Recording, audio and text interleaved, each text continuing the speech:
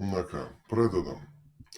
Dažnai visuomenėje yra manoma, kad nužudymų ir smurtinių nusikaltimų skaičius dažniausiai išauga rudenį ir žiemą.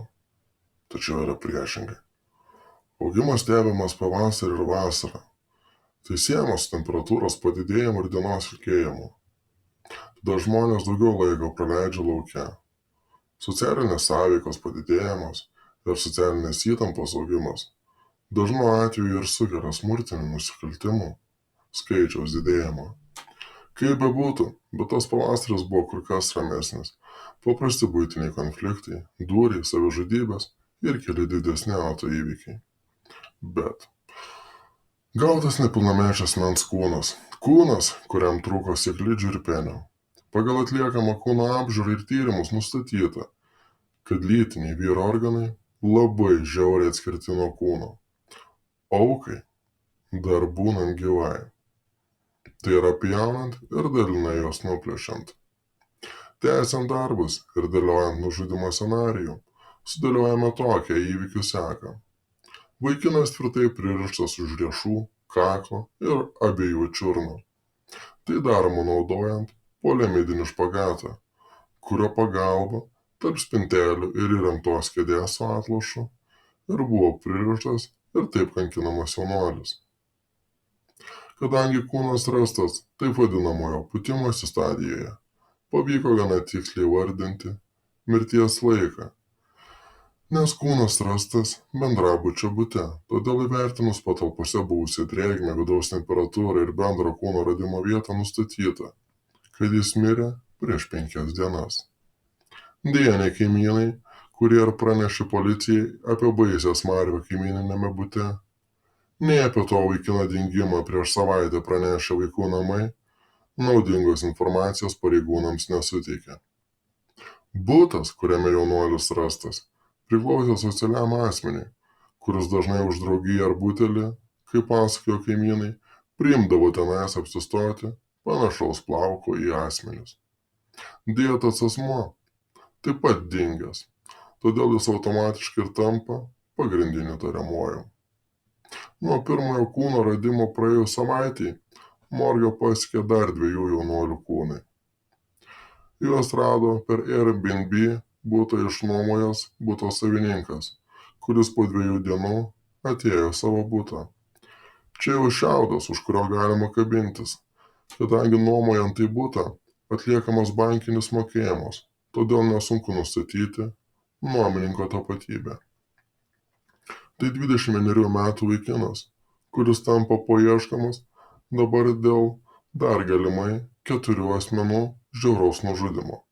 Nepamirškite ir barako kambario savininko. Grįžtant prie pastarųjų aukų, jiems nustatomi tokie pat sužalojimai, tai yra penio ir sėklidžių nechirurginis atskirimas nuo kūno aukoms dar būnant gyvoms. Skiriasi tik, kad vienam iš lavonų perpjauta kirkšnyje esanti arterija. Bet labai tikėtina, kai tai daryta nespecialiai, bet tiesiog aukai grumintis, ji galimai krito nuo atremtos kėdės į šoną ir žudikės laikęs peilį perpjovė tą arteriją. Visos 3 aukos rastos gulinčios, atrištos nuo kėdžių. Nors buvo aiškiai galima matyti sąsają, kaip tai buvo daroma. Norintiems detalių turiu paminėti, kad nupjautos kūno dalys nebuvo niekur dingusios. Jos abiem atvejais rastos prie kūno. Kaip ir galima tikėtis tokių egzekucijų metu, aukos patiria baisius išgyvenimus. Bet čia grubiai juokaujama, kad silpnesniesiems čia pasiseka labiau. Taip yra, nes jautresni žmonės lengviau praranda sąmonę, kol jų neužlieja adrenalinas. Todėl jie daug ko nejaučia ir tiesiog dėl didžiulio kraujavimo, kaip pastarųjų aukų atveju, jie tiesiog taip ir nebetmerkia savo akių. Grįžtant prie bylos, greitai nustatoma, kad visi 3 jaunuoliai tarpusavyje puikiai pažįstami. Taip pat gauta informacija, kad dingo ar pabėgo dar vienas, metais jaunesnis jaunuolis, vėl iš tų pačių vaikų namų. Valdžia griežtai draudžia dalintis informaciją, bijo viešo linčo teismo dėl savo eilinio neveiksnumo ir viešo visuomenės pasmerkimo. Todėl dabar jau ieškomi 3 asmenys. Pirmojo buto savininkas, 21 metų vaikinas nuomavęsis antrąjį butą ir 4. iš vaikų namų pabėgęs jaunuolis.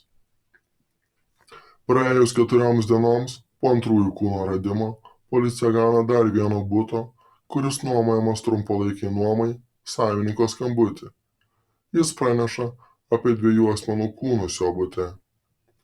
Pirmasis vaikinas vėl kankintas ir lytinius organus praradęs, dingęs iš vaikų namų jaunuolis.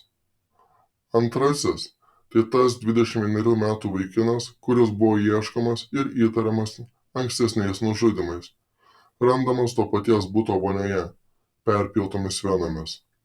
Jokių raštelių, bet tyrėjai per mėnesį laiko po pastarųjų kūno radimo atlikę nukentėjusiuosius pažįstančių ir su jais bendravusių žmonių, vaikų namų vadovybės ir kitų bylai naudingos informacijos turinčių žmonių apklausas, sudėliojo būtent tokį visų žmogžudysčių scenarijų.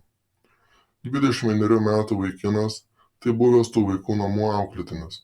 Jis turėjo psichikos sutrikimų, dėl kurių stipriai būdavo užgauliojamas kitų ten gyvenusių vaikų. Kaip kai kurie prasitarė, seksualinis išnaudojimas pat galimas kaip vienas iš tuo metu galimų variantų, tačiau patvirtinti to nepavyko. Taip pat neatmetama, kad būtent tie 4 vaikinai, kurie turėjo itin nemažą kiekį nuobaudų ir dažnai pasišalindavo iš vaikų namų teritorijos, taip pat galėjo prisidėti prie 21 metų vaikino patyčių ir jų organizavimo. Bet kokiu atveju, niekur nedirbantis, socialinėme būste gyvenantis ir tik pašalpas gaunantis psichikos sutrikimų turintis jaunuolis, patyręs patyčias ir galimai nusprendęs imtis smurto, nukreipto prieš jo manymu to nusipelniusius.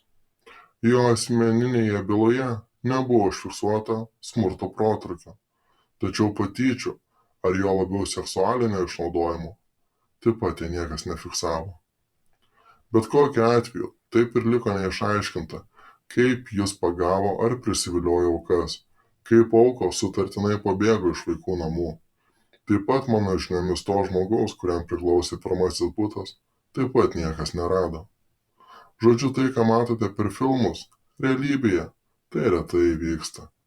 Kiek yra bylų, kurios kaip ši pavyzdžiui nepasiekė teismo, bylos, apie kurias pasipūtęs prokuroras neskelbia žiniasklaidai. Tai va taip va ir gyvenam, gerbiamieji. Saugokime save ir kitus.